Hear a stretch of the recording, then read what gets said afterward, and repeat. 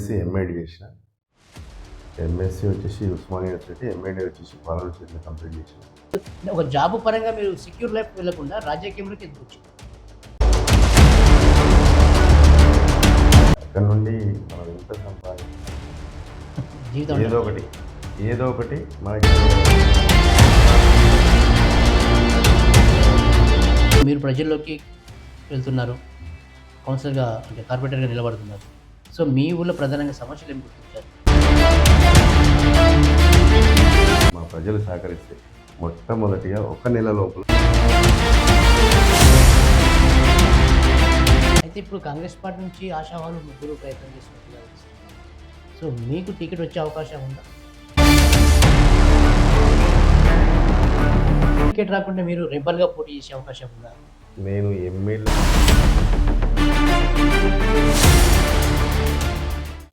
నమస్తే, welcome to 3T TV. నేడు తెలంగాణ వ్యాప్తంగా ఎక్కడ చూసినా కూడా మున్సిపల్ కార్పొరేషన్ ఎలక్షన్ల సందడి నెలకొంటుంది. సో దాంట్లో భాగంగా ఈరోజు మహబూబ్ నగర్ జిల్లా 4వ డివిజన్లో ఉన్నాం. 4వ డివిజన్ మరి కాంగ్రెస్ పార్టీ నుంచి టికెట్ ఆశించి ప్రయత్నం చేస్తున్నటువంటి శివప్రసాద్ రెడ్డి గారితో ఉన్నాం. మరి తన రాజకీయ జీవితం ఏంది, అసలు భవిష్యత్తు ఏముంది, అసలు టికెట్ తనకి ఇస్తారా, అలాంటి విషయాలపైన సమస్యలపైన మనం ఈరోజు ఇంటర్వ్యూ ప్రయత్నం చేస్తున్నాం. అన్న నమస్కారం అన్న, వెల్కమ్ టు 3T టీవీ అన్న. ముందుగా మా ప్రేక్షకుల కోసం మీ పరిచయం చేసుకోండి. నా పేరు కోజి శివప్రసాద్ రెడ్డి. మా నాన్న పేరు కోజి అనంత్ రెడ్డి. నివాసం దివిటిపల్లి. నేను ఎంఎస్సి ఎంఏడి చేసిన. ఎంఎస్సి వచ్చేసి ఉస్మానియా యూనివర్సిటీ, ఎంఏడి వచ్చేసి పాలన యూనివర్సిటీలో కంప్లీట్ చేసిన. తర్వాత ఓకే, మీరు రాజకీయ జీవితం ఎప్పుడు స్టార్ట్ అయింది? 2012 ప్రస్తుతం ఉన్న ఎమ్మెల్యే ఎన్ఎం శ్రీనివాసరెడ్డి గారు బీజేపీ నుంచి పోటీ చేయడం జరిగింది. అప్పటి నుండి నా రాజకీయ జీవితం. అంటే మీరు స్టార్టింగ్లో బీజేపీలో ఉన్నారా? అతనితో. మరి ఎప్పుడు కాంగ్రెస్ పార్టీకి వచ్చారు? మధ్యలో ఏమైనా బీఆర్ఎస్ అట్లా పోయిరా? అంటే కామన్గా అతనితో ఇప్పుడు మొన్న లేటెస్ట్గా కాంగ్రెస్ పార్టీలో వచ్చింది కదా, ఎమ్మెల్యే గారు ఎటువంటి ఆయన వెంబడి మేము కూడా జరిగింది. ప్రస్తుతం కాంగ్రెస్లోకి లాస్ట్ ఎలక్షన్లో వచ్చింది కాబట్టి ఆయనతో పాటు కాంగ్రెస్లోకి రావడం జరిగింది. అసలు మీరు చూస్తే వెల్ ఎడ్యుకేటెడ్, మంచిగా చదువుకున్నారు. సో మంచి చదువుకున్నప్పుడు అంత బాగా చదువుకొని మీరు ఒక జాబ్, ఏదైనా మంచి గవర్నమెంట్ జాబ్ చూసుకుందాం, లేదంటే ప్రైవేట్ అయినా కూడా ఈ రోజులలో మంచి జీతాలు ఉన్నాయి కాబట్టి అట్లా ప్రైవేట్ అంటే ఒక జాబ్ పరంగా మీరు సెక్యూర్ లైఫ్ వెళ్ళకుండా రాజకీయంలోకి ఎందుకు వచ్చారు? అంటే నేను ఆల్రెడీ రైల్వే కాంట్రాక్టర్. నేను ఓకే, ఒక 10 ఏళ్ళ అనుభవం. కానీ కోవిడ్లో కొన్ని పరిస్థితులు నన్ను మార్చినాయి. అందులో వచ్చేసి కోవిడ్లో నేను కూడా క్రిటికల్ పొజిషన్, ఫ్యామిలీ అంతా స్ట్రగుల్లో ఉండే. మా మదర్ అందులో కోవిడ్లో చనిపోయింది. అక్కడ నుండి మనం ఎంత సంపాదించినా ఏం చేసినా జీవితం ఏదో ఒకటి మనకి చేయాలి. మనం తీసుకునే స్ట్రగుల్ మా ఊరి ప్రజలకి,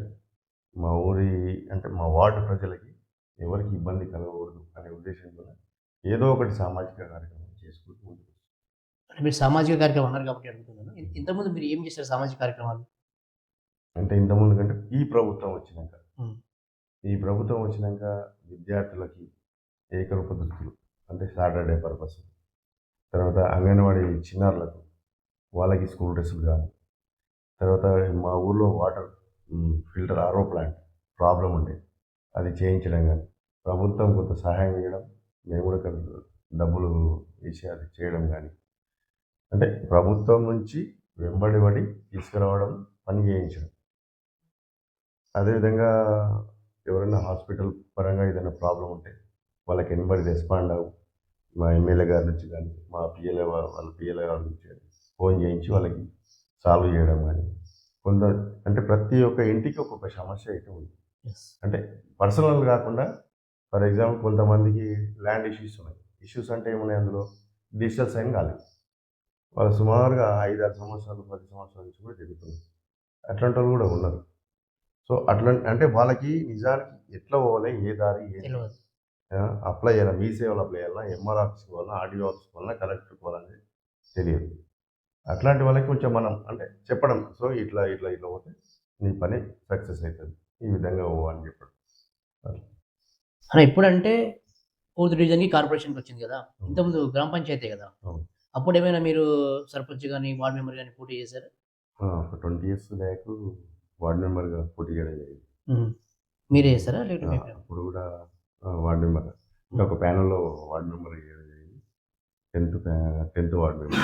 గెలిచారు అప్పుడు? లేదండి. ఉమ్. అంటే అప్పుడు ఏముంది అంటే సేమ్ ఇదే విధంగా అంబటిపల్లిలో కొన్ని ఓట్లు, ఆహా. బ్యూటీపల్లిలో కొన్ని ఓట్లు, ఒక దగ్గర మెడ్చిలు ఇవ్వాలంటే అంబట్పల్లి సపరేట్ గ్రామ పంచాయతీ కాదు? కాదు, రెండు ఆమ్లెట్, బ్యూటీపల్లికి ఆమ్లెట్, అంబటిపల్లి. అయితే ఇప్పుడు మీరు ప్రజల్లోకి వెళ్తున్నారు, కౌన్సిలర్గా అంటే కార్పొరేటర్గా నిలబడుతున్నారు. సో మీ ఊళ్ళో ప్రధానంగా సమస్యలు ఏమి గుర్తించారు? నేను మొట్టమొదటిగా మా రేవంత్ రెడ్డి గారు ప్రభుత్వం వచ్చిన తర్వాత మా ఊరి ప్రజలు నోచుకునేది free bus. Free bus. Free bus ఇంతవరకు మా అక్క చెల్లెలు ఉమ్. ఎవ్వరు ఫ్రీ బస్ అంటే మా ఊరు నుంచి ఎక్కలే. దేవుడు సహకరించి మా ప్రజలు సహకరిస్తే మొట్టమొదటిగా ఒక నెల లోపల మా ఊరికి ఫ్రీ బస్ ఆర్టీసీ బస్ తీసుకొస్తారు. బస్ తీసుకొస్తారు. ఆల్రెడీ ఇంతవరకు అప్లికేషన్ చేయడం జరిగింది. మా ఎమ్మెల్యే గారు కూడా చెప్పడం జరిగింది. అంటే ఫీడ్బ్యాక్ ఎంక్వైరీలో ఉంది. సో ఖచ్చితంగా నెల రోజులు మా ఊరి అక్క చెల్లెలందరికీ ఫ్రీ బస్ ఎక్కించి సంతోషపెట్టడం నా మొదటి ధ్యేయం. రెండోది, మా ఊళ్ళో సుమారుగా అంటే మా వార్డులో సుమారుగా ఒక 5-6 వేలు అంటే అంబటిపల్లి వచ్చేసి బ్యూటీపల్లి డబుల్ బెడ్ 5,000 to 6,000 మెంబర్స్ ఉంటారు. ప్రతి ఒక్కరికి కూడా ఏదో ఇష్యూ ఉంటుంది. ఒక ఇంట్లో జ్వరం రావడం, లేకుంటే ఇంకా అంటే బీపీ కానీ షుగర్ కానీ ఏదో ప్రాబ్లం. ఇంతమంది జనానికి ఒక హాస్పిటల్ అనేది లేదు మా దగ్గర. ఎమ్మెల్యే గారు గెలిచినప్పటి నుండి కూడా నేను కోరుకునేది ఏంటంటే హాస్పిటల్. ఆయన కూడా ఏమన్నాడు, ఎప్పుడు కూడా పాజిటివ్ అని ఓకే అని చెప్పింది. మొన్న కూడా అడిగాను, అన్న మాకు హాస్పిటల్ కావాలి. సరే అండి, మేము జాగా ఇస్తే ఆయన హాస్పిటల్ కట్టడానికి తయారుగా ఉన్నాం. మూడో విషయం వచ్చేసి మాకు ఇక్కడ మా పొలాలన్నీ ఇక్కడే డబుల్ బెడ్రూమ్లో ఉన్నాయి. అదేవిధంగా ఇక్కడ ఉన్న ప్రజలు డబుల్ బెడ్రూమ్లో ఉన్న ప్రజలు వ్యాపార నిమిత్తం కానీ చదువుకోవడం కానీ జడ్చల కానీ మా ఊళ్ళో అని చెప్పి వాళ్ళు ట్రైన్లో బయలుదేరారు. అక్కడ ప్లాట్ఫామ్ 1లో 2 అని దిగిన తర్వాత చాలా లాంగ్ దూరం అంటే సుమారు ఒక 2 కిలోమీటర్లు నడిస్తే కానీ ఈ దారికి రాలేదు. ఎమ్మెల్యే గారికి అదేవిధంగా డికేఆర్ గారికి ప్రపోజల్ చేయడం జరిగింది. ఒక ఎఫ్ఓబి కూడా ఫుట్ ఓవర్ బ్రిడ్జ్ కూడా శాంక్షన్ చేయడం జరిగింది. రీసెంట్లీ ఇక్కడ డబుల్ బెడ్రూమ్ రావడానికి దారి చాలా ఇబ్బంది ఉంది. మీరు చూసింటారు, అండర్ గ్రౌండ్ ఆర్యూబీ నుంచి రావడంలో అక్కడ కూడా మట్టి పోసి రోడ్ అనేది సాఫ్ చేయడం జరిగింది. ఇంకా మొన్న రీసెంట్లీ ఫస్ట్ ఆఫ్ ఆల్ ఇంకొకటి ఏంటంటే మా ఊర్లో ఇంతకుముందు లాస్ట్ టైం ఏముండే 85 మంది విద్యార్థులు మాత్రమే పాఠశాలలో. ఈసారి 124 మంది విద్యార్థులు. అంటే సంఖ్య అనేది ప్రభుత్వ పాఠశాల సంఖ్య అనేది పెరిగింది. అంటే దేని నుండి పెరిగింది అంటే ప్రభుత్వం ఇచ్చే పథకాలు అంటే విద్యార్థులకు ఇచ్చే అవకాశాలను బట్టి వాళ్ళు డెవలప్ స్ట్రెంత్ అనేది డెవలప్మెంట్ కావాలి. ఇంకా వాళ్ళకి ప్రోత్సహించి ఇంకా పెంచుకోవాలని ఆలోచన. మొన్న రీసెంట్గా చెప్పిన ఒక కంప్యూటర్ కూడా ఇస్తా అని చెప్పి స్కూల్లో. అంటే వాళ్ళకు కూడా మేము కూడా ఇక్కడే చదివాం, 7th వరకు ఇక్కడే చదివాం. మేము 8th క్లాస్ పోయిన తర్వాత కంప్యూటర్ అంటే ఏంటి, మేము అక్కడ పోయినాక కంప్యూటర్ కీబోర్డా మౌజా అంటే మాకేం అవగాహన లేదు. సో మేము చేసిన పొరపాటు మా చిన్నారులు చేయదు. నెక్స్ట్ జనరేషన్కి వాళ్ళు 124 మంది విద్యార్థులు అంటే సుమారుగా ఒక 100 మంది ఫ్యామిలీ మెంబర్స్ ఉంటారు. వీళ్ళు మంచిగా 100 మంది ఫ్యామిలీ మెంబర్స్ అంటే ఈ మంచిగా చదివితే ఈ చిన్నాలు చదివితే 100 ఫ్యామిలీలు బాగుపడినట్టు నా ఆలోచన అది. అదేవిధంగా అంగన్వాడీ విద్యార్థులు వాళ్ళకు కూడా డ్రెస్ ఇవ్వడం వల్ల వాళ్ళు ఎంతో హ్యాపీ ఉంది. నాకు అట్లాంటి హ్యాపీనెస్ ఉండడం వల్ల అంటే విద్యార్థులకు ఏమంటే మనం ఏదైతే ప్రోత్సహిస్తామో ఉపాధ్యాయులు కానీ విద్యార్థులుగా ప్రోత్సహిస్తామో దాని నుంచి వాళ్ళు కొంచెం డెవలప్ అయ్యి ఇంకా వాళ్ళ పేరెంట్స్తో కూడా మమేకమై అంటే ఇంటిని డెవలప్ చేసుకోవాలని ఆలోచన చేసుకుంటారు. అయితే ఇప్పుడు కాంగ్రెస్ పార్టీ నుంచి ఆశావాళ్ళు 3 ప్రయత్నం చేస్తున్నట్టుగా తెలిసింది మాకు. సో మీకు టికెట్ వచ్చే అవకాశం ఉందా? మీరేమనుకుంటున్నారు? పెద్దలు ఏది నిర్ణయిస్తే అది, మా ఎమ్మెల్యే గారు ఏది నిర్ణయిస్తారు, మా ప్రజలు ఏది నిర్ణయిస్తారు అంటే ఏమని ఉంది అంటే పబ్లిక్ నుంచి రిపోర్ట్ తీసుకుంటారు. రిపోర్ట్లో ఎవరికైతే మంచిగా ఉందో ఎవరు ఈ వ్యక్తి పలానా వ్యక్తి అయితే చేయగలుగుతాడు, పలానా వ్యక్తి అయితే మాకు న్యాయం జరుగుతుందని పబ్లిక్ ఎవరైతే రిపోర్ట్ ఇస్తారో వాళ్ళకి టికెట్ ఇస్తారు. ఒకవేళ టికెట్ రాకుంటే మీరు రెబల్గా పోటీ చేసే అవకాశం ఉందా? నేను ఎమ్మెల్యే గారు కానీ అదేవిధంగా ప్రభుత్వానికి కానీ వ్యతిరేకంగా పోలేను. నేను పోటీలో ఉన్నా లేకున్నా నాకు టికెట్ ఇచ్చినా ఇవ్వకున్నా నేను ప్రజల శ్రేయస్సు కోరేటోని.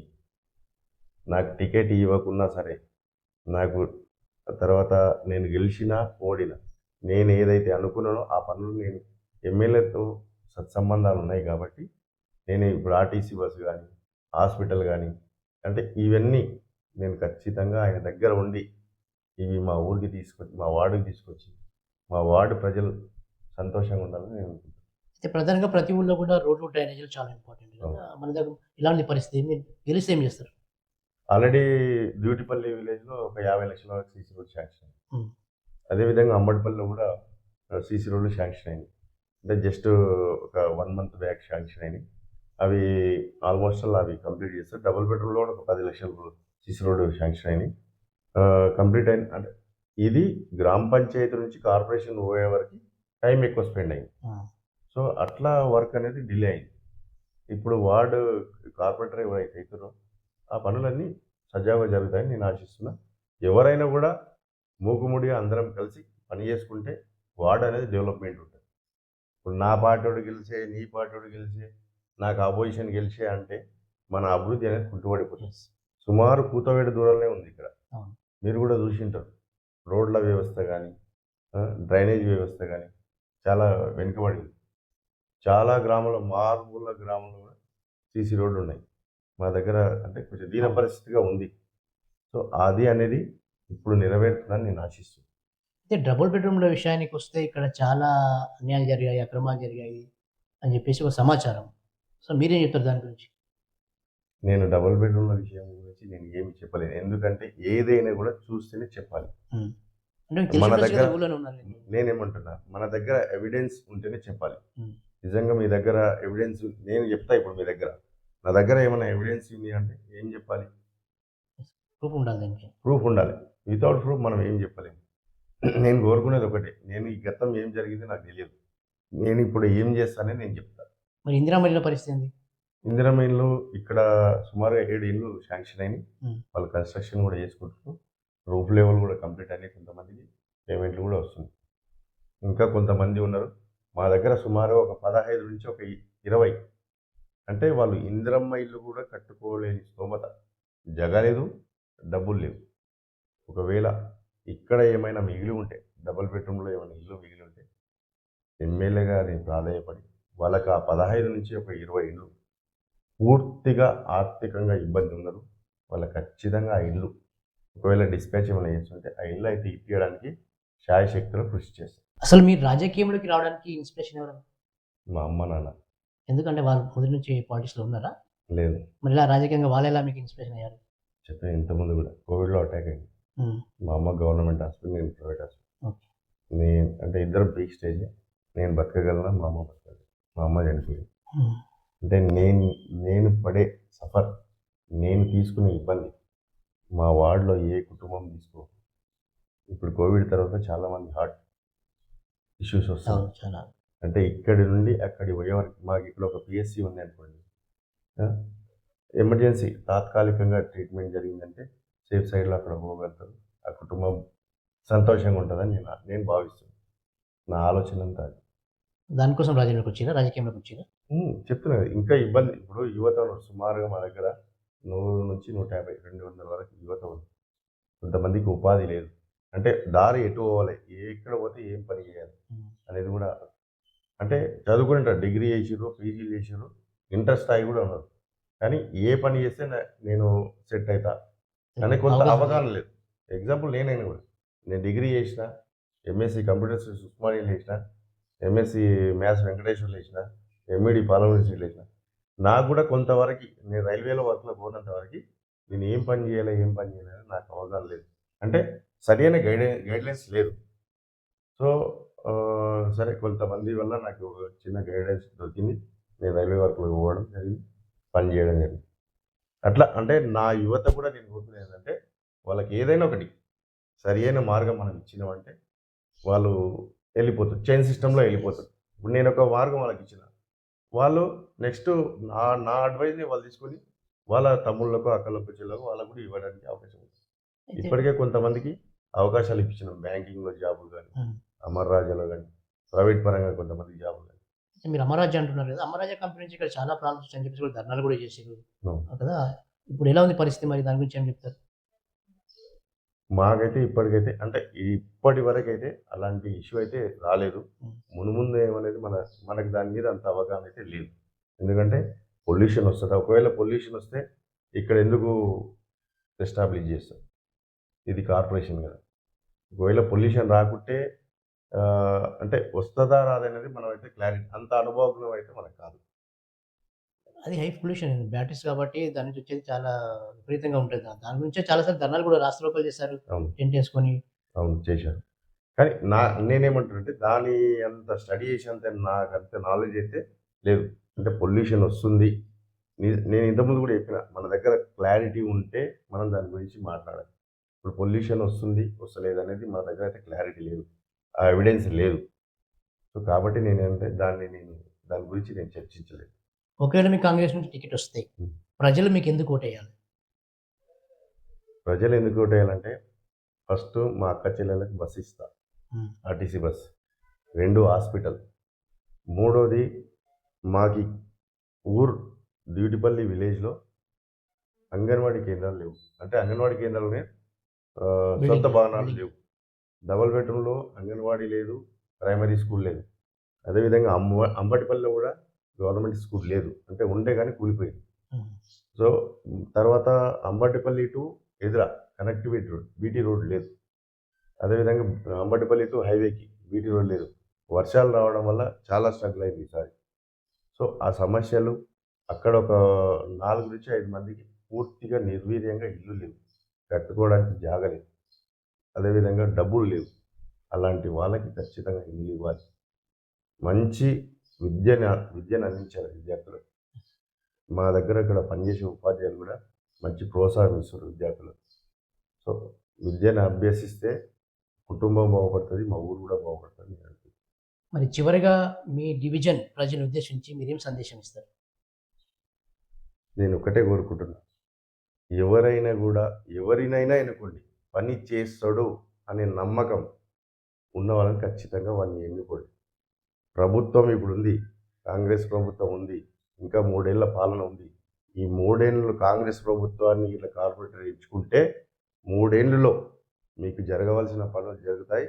నా ఆలోచన ఏంది అంటే ఈ 3 ఏళ్లలో దైవ నిర్ణయంతో మా మా ప్రజల ఆశీర్వాదంతో నేను గెలిస్తే ఈ 3 ఏళ్లలో మహబూబ్‌నగర్ కార్పొరేషన్‌లో దివిటిపల్లి వార్డ్ అనేది నంబర్ 1 చేసి చూపించాలని నా ఒక తపన.